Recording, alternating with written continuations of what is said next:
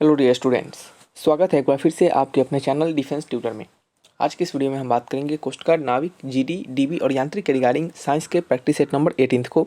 इससे पहले साइंस के 17 और भी प्रैक्टिस सेट्स को दिया गया है, तो जिन लोगों ने उन सभी प्रैक्टिस सेट्स को नहीं देखा है तो प्लेलिस्ट से जाकर आप सभी प्रैक्टिस सेट्स को देख सकते हैं।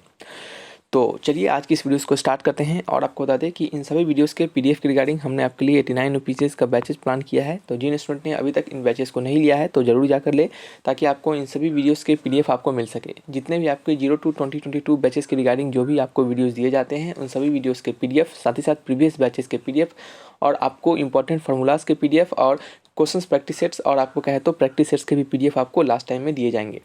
तो कैसे लेना है इस बैचेस को, क्या करना है, क्या क्या बेनिफिट्स है और भी आप इसके बारे में सिंपली चैनल पे क्लिक करके आपको स्टार्टिंग में एक वीडियो दिख जाएगा, आप उस वीडियोस को खोलकर इसके बारे में इन्फॉर्मेशन ले सकते हैं।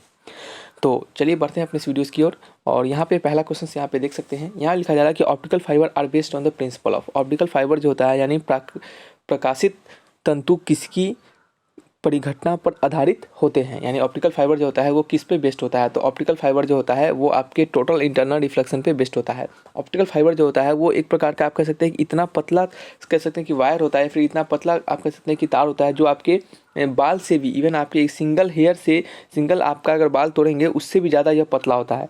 और आप इसके बारे में सुने होंगे। और इसी में क्या होता है कि ये जो टोटल इंटरनल रिफ्लेक्शन के कारण इसी में क्या होता है आपका जो आपका ठीक है, इसके अंदर जो वेव होता है वो आपका टोटल इंटरनल रिफ्लेक्शन होते हुए एक जगह से दूसरे जगह पहुंचता है।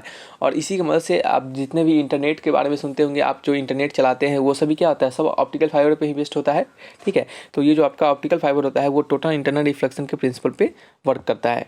नेक्स्ट आपका है क्वेश्चन नंबर सेकंड। यहाँ लिखा जा रहा है कि the phenomena of light associated with the appearance of blue colour of the sky. ठीक है, कहा जा रहा है कि आकाश के नीले रंग के प्रकटन की जुड़ी प्रकाश की घटना है। तो कहा जा रहा है कि आपका जो आकाश होता है वो ब्लू कलर का दिखता है। देखिए, हमने आपको बताया है कि आकाश ब्लू कलर का क्यों दिखता है। ठीक है, ये हमने आपको प्रीवियस वीडियोस या फिर उससे पहले वाली वीडियोस में हमने आपको बताया था। ठीक है, लेकिन यहाँ पे क्वेश्चन है कि हमारा जो आकाश होता है वो ब्लू कलर दिखता है, तो वो किस फेनोमेना की बेस्ट पर वो ब्लू कलर दिखता है।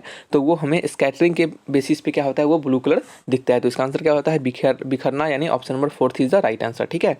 ठीक है, तो देखिए जितना ज़्यादा हो सके आप क्वेश्चंस को प्रैक्टिस करते रहिए, उतना ज़्यादा आपके लिए बेहतर होगा। हम आपको यहाँ पे क्वेश्चंस प्रैक्टिस करवा रहे हैं और अदर सब्जेक्ट में आपको कॉन्सेप्ट भी साथ ही साथ दे रहे हैं और उसके साथ क्वेश्चंस भी प्रैक्टिस होते जा रहा है आपका। और इससे ज़्यादा से ज़्यादा और भी क्वेश्चंस प्रैक्टिस कीजिए, उससे ज़्यादा आपको क्या होगा, उससे ज़्यादा आपको अंदर से कैसे तो कॉन्फिडेंस भी मिलेगा और आपका अच्छा खासा क्वेश्चन भी आपका बनता रहेगा। ठीक है, तो जितना ज़्यादा क्वेश्चन प्रैक्टिस करके जाइए एग्जामिनेशन में उतना ज़्यादा आपको फ़ायदा होता है। क्यों फ़ायदा होता है, क्योंकि आप जितना ज़्यादा क्वेश्चन प्रैक्टिस करके जाते हैं वो आपका उतना ज़्यादा हाथ खुला होता है, यानी आपको उतना जल्दी किसी क्वेश्चन को पढ़ के समझ पाते हैं। इससे क्या होता है, आपका समय भी बचता है, बहुत सारे क्वेश्चन आपको एक जैसा मिल भी जाता है वहाँ पे। ठीक है, तो इस तरीके से आप ज़्यादा से ज़्यादा क्वेश्चन को प्रैक्टिस कीजिए। यहाँ पे हम आपको प्रैक्टिस करवा रहे हैं, कंसेप्ट के साथ भी आपको दे रहे हैं, उसी क्वेश्चन में कंसेप्ट भी आपको बताते चल जा रहे हैं। ठीक है, और आपको बता दें कि प्रैक्टिस करने के लिए आप किसी भी प्रैक्टिस सेट्स को ज्वाइन कर लीजिए। हम आपको बता दें तो आप परीक्षा आपके प्रैक्टिस सेट्स को ज्वाइन कीजिए, ये आपके लिए बेहतर है।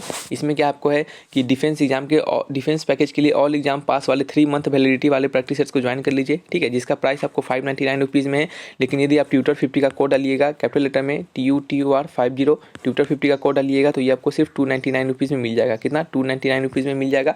तो ये आपका 3 मंथ वैलिडिटी वाला पास है। ठीक है, यदि आपको सिर्फ डीबी के लिए चाहिए, यदि आपको सिर्फ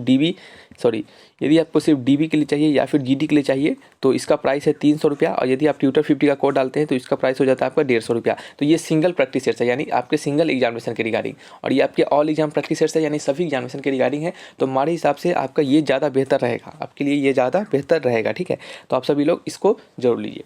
ठीक है, तो कैसे लेना है, क्या करना है, आप सिंपली कोई प्रॉब्लम होगा तो कमेंट बॉक्स में लिखकर हमसे पूछ सकते हैं। परीक्षा ऐप के लिंक डिस्क्रिप्शन में दे दिए गए हैं, तो वहाँ से आप ऐप को डाउनलोड करके प्रैक्टिस सेट्स को ले सकते हैं। ठीक है, तो चलिए, और इससे क्या होगा, ज़्यादा से ज़्यादा आपका क्वेश्चन प्रैक्टिस होगा। अब हम बात करेंगे नेक्स्ट क्वेश्चन नंबर 3 की ओर। नंबर 3 क्वेश्चन में लिखा जा रहा है कि lens is made up of. Lens जो होता है वो किससे बना होता है, तो लेंस जो होता है आपका वो फ्लिंट ग्लास से बना होता है। तो ऑप्शन नंबर क्या हो जाएगा, 2 is the right answer. Lens is made up of flint glass. ठीक है, नेक्स्ट आपका है नंबर 4 क्वेश्चन। नंबर 4 में लिखा जा रहा है कि time period of pendulum when taken to the moon would be. कहा जा रहा है कि अगर टाइम पीरियड ऑफ पेंडुलम को अगर देखें, अगर उसे हम मून पे ले जाए तो क्या होगा। अगर किसी पेंडुलम को अगर हम मून पे ले जाए तो उसका टाइम पीरियड क्या होगा। ठीक है, तो आपने फॉर्मूला पढ़ा है कि time period equal to 2 pi T equal to 2 pi root under L upon G। ठीक है, देखिए अर्थ पे जो आपका G होता है, अर्थ पे वो क्या होता है, सिंपल G होता है। लेकिन अगर बात करते हैं G होता है मून पे, वो क्या होता है, G/6 होता है, यानी उसके G/6 टाइम हो जाता है, यानी 1/6 टाइम हो जाता है आपके G के, कहाँ पे, मून पे। तो अगर हम बात करते हैं यहाँ पे हमारा अगर G का वैल्यू अगर अर्थ के बारे में डालें, यानी टाइम पीरियड अगर हम अर्थ के बारे में डालें तो यहाँ पे G ऑफ अर्थ होगा, ठीक है। यदि हम बात करें टाइम पीरियड मून का, टाइम पीरियड हम क्या करें, मून का बात करें, तो ये क्या हो जाएगा आपका 2π√L/G ऑफ मून, ठीक है। और देख सकते हैं G ऑफ मून क्या है, G ऑफ अर्थ से कम है, यानी नीचे वाला क्वांटिटी कम हो जाएगा, ठीक है। तो होल क्वांटिटी क्या हो जाएगा आपका, बढ़ जाएगा। समझिएगा, नीचे वाला क्वांटिटी देखिए, आपको हम सिंपल रटवा नहीं रहे हैं, आपको इसका कंसेप्ट है, जो आपके कंसेप्ट जिसको आप पढ़ सकते हैं, आपको समझ सकते हैं, हम वो आपको हमेशा बताते चलते हैं, सिंपल आंसर्स बता के नहीं भागते हैं। अब जिसके आंसर जाने हैं उसके सिर्फ आंसर जानिए। अब इसका सिर्फ आपको जानना था क्वेश्चन नंबर, लेंस किससे बना होता है, तो फ्लिंट ग्लास से बना होता है। अब आपको इससे ज़्यादा इसमें जानने की जरूरत नहीं है, ठीक है, लेकिन इसमें जानने का जरूरत है क्योंकि इससे क्वेश्चन भी बन सकता है, ठीक है। तो यहाँ पे क्या होता है कि जो आपका मून होता है उस पर जो G का मान होता है, यानी एक्सेलरेशन ड्यू टू ग्रेविटी का जो मान होता है वो क्या होता है, कम होता है एज कम्पेयर टू अर्थ के, क्योंकि आप देख सकते हैं अर्थ का G है और मून का G/6 है, तो कम हो गया ना। तो आप देख सकते हैं कि नीचे क्वांटिटी जो है आपका G ऑफ मून क्या है, कम है, यानी नीचे क्वांटिटी कम हो जाएगा तो आपका होल क्वांटिटी क्या हो जाएगा, आपका घट जाएगा। सॉरी, नीचे क्वांटिटी अगर कम हो जाएगा तो आपका ये जो होल क्वांटिटी है ये क्या हो जाएगा, बढ़ जाएगा, ठीक है। तो इसी के अनुसार कहने का मतलब जो अगर G हमारा मून पे घट जाता है तो हमारा टाइम जो होता है वो मून पे क्या हो जाता है, इंक्रीजेज हो जाता है। तो टाइम पीरियड क्या हो जाएगा, इंक्रीजेज हो जाएगा। तो इसका आंसर होगा ऑप्शन नंबर 4 यानी वृद्धि होगा। नेक्स्ट आपका है नंबर 5 क्वेश्चन। नंबर 5 में लिखा जा रहा है कि the atmospheric air is held to the earth by, जो एटमॉस्फेरिक एयर होता है यानी हवा, एटमॉस्फेयर का जो हवा होता है यानी वायुमंडल का जो कह सकते हैं कि वायु होता है यानी हवा होता है, वो पृथ्वी द्वारा धारण किया जाता है, यानी पृथ्वी द्वारा जो पकड़ के रखा जाता है, यानी पृथ्वी के द्वारा उसको कह सकते हैं ऑब्जॉर्व करके रखा जाता है। वो किस कारण से, तो वो होता है आपके ड्यू टू ग्रेविटी, यानी गुरुत्वाकर्षण के कारण से होता है, ठीक है। तो इसका आंसर होता है option number 1। Option number 1 is the right answer, ठीक है। तो याद रखिएगा, gravity is the right answer. Next आपका है नंबर 6। नंबर 6 क्वेश्चन में लिखा जा रहा है कि the function of ball bearing in wheel is, ठीक है। कहा जा रहा है कि बॉल बियरिंग, किसी भी चक्का में जो बॉल बियरिंग लगाया जाता है, ये जो छोटे छोटे दिखते होंगे, जैसे इतना बड़ा आपका क्या होता है, ये इस प्रकार से होता है, ठीक है, इस प्रकार से होता है, और इसी के बीच में क्या होता है, छोटा छोटा बॉल लगाया जाता है, ठीक है। तो ये जो बॉल बियरिंग का जो फंक्शन होता है वो किसी भी चक्का में वो क्या करता है, तो वो जो होता है आपका, वो काइनेटिक फ्रिक्शन को रोलिंग फ्रिक्शन में कन्वर्ट करता है। किसके, काइनेटिक फ्रिक्शन को रोलिंग फ्रिक्शन में कन्वर्ट करता है। बॉल बियरिंग का काम होता है कि गतिज घर्षण को रोलिंग घर्षण में कन्वर्ट कर देता है, यानी रोलिंग घर्षण में बदल देता है। तो इसका आंसर हो जाता है option number 2 is the right answer, ठीक है।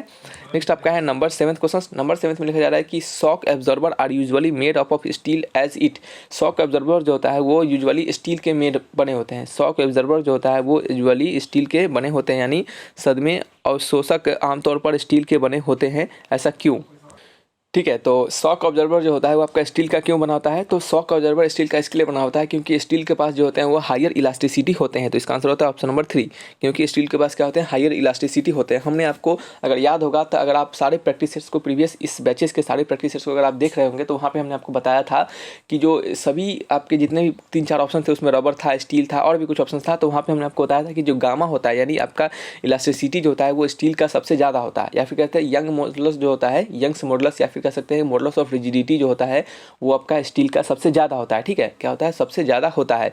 तो यहाँ पे भी इस कारण से ही हमारा जो शॉक ऑब्जर्वर होता है वो उसका क्या करते हैं, उसको हम स्टील के लिए, स्टील के रूप में हम शॉक ऑब्जर्वर को यूज करते हैं, ठीक है।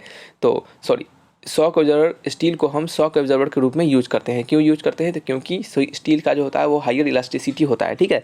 आपको बता दें कि स्टील क्या होता है, तो स्टील एक प्रकार का क्या होता है, एलॉय होता है, ठीक है। स्टील क्या होता है, एलॉय होता है, और इस एलॉय में क्या होते हैं आपके, क्या होते हैं, आयरन के साथ साथ अदर भी मेटल्स प्रेजेंट होते हैं। और आमतौर पे इसमें कार्बन क्या कहा जाता है, आमतौर पर इसमें कार्बन डाला जाता है जिसका कि 0.2% से लेकर 2.1% के आसपास उसका क्या कह सकते हैं कि मात्रा रहता है उसमें, ठीक है। तो आप सिंपल समझ सकते हैं कि स्टील इज एलॉय और which contain some other element as well as some percentage of carbon, ठीक है। कुछ परसेंटेज ऑफ कार्बन भी वो कंटेन करता है, ठीक है।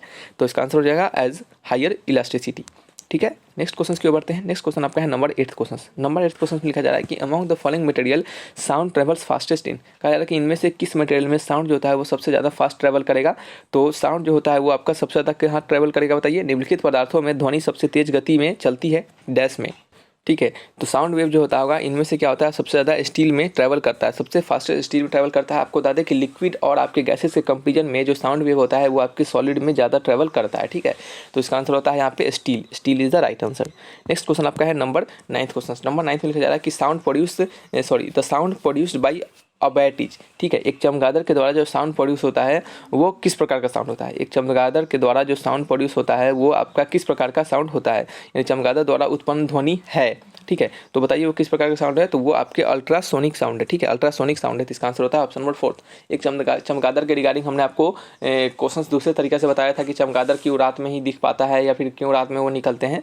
तो अगर उस क्वेश्चन को आपने देखा होगा तो इस क्वेश्चन का आंसर आपको जरूर पता चल गया होगा। क्यों? क्योंकि चमगादड़ जो होता है, बैट जो होता है वो क्या करता है, अल्ट्रासोनिक साउंड प्रोड्यूस करता है। तो नेक्स्ट क्वेश्चन क्या है हमारा, नेक्स्ट क्वेश्चन हमारा है when a bar magnet is cut into 2 equal halves the pole strength of each pieces. कहा जा रहा है कि एक बार मैग्नेट को क्या करते हैं, 2 इक्वल हाफ में काट देते हैं। अगर मान लेते हैं इसका पहले इस बार मैग्नेट का पोल स्ट्रेंथ P है, अगर इस दोनों को क्या करते हैं, इस पूरे बार मैग्नेट को अगर हम 2 इक्वल हाफ में बांट देते हैं, जैसे ऐसे करके बांट देते हैं, तो आपसे पूछा जा रहा है कि इसका पोल स्ट्रेंथ क्या होगा, ठीक है। तो अभी भी इसका पोल स्ट्रेंथ क्या होगा, PP ही होगा, यानी कोई इसमें चेंजिंग नहीं होगा, बार मैग्नेट को काट देने के बाद भी उसका पोल स्ट्रेंथ P ही रहता है, ठीक है।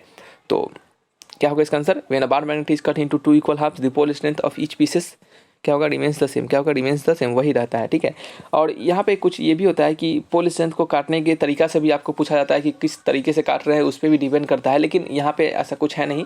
तो आप इसको क्या कीजिए, सिंपल आप मानिए कि ये क्या होगा, आपके रिमेंस सेम रहेगा, ठीक है। तो इसका आंसर होगा वही रह जाता है। तो option number 4 is the right answer. तो चलिए रखते हैं इस वीडियो को यहीं पे, मिलेंगे नेक्स्ट वीडियो में। किसी प्रकार का डाउट होगा तो कमेंट बॉक्स में लिखकर हमसे आप पूछ सकते हैं, ठीक है।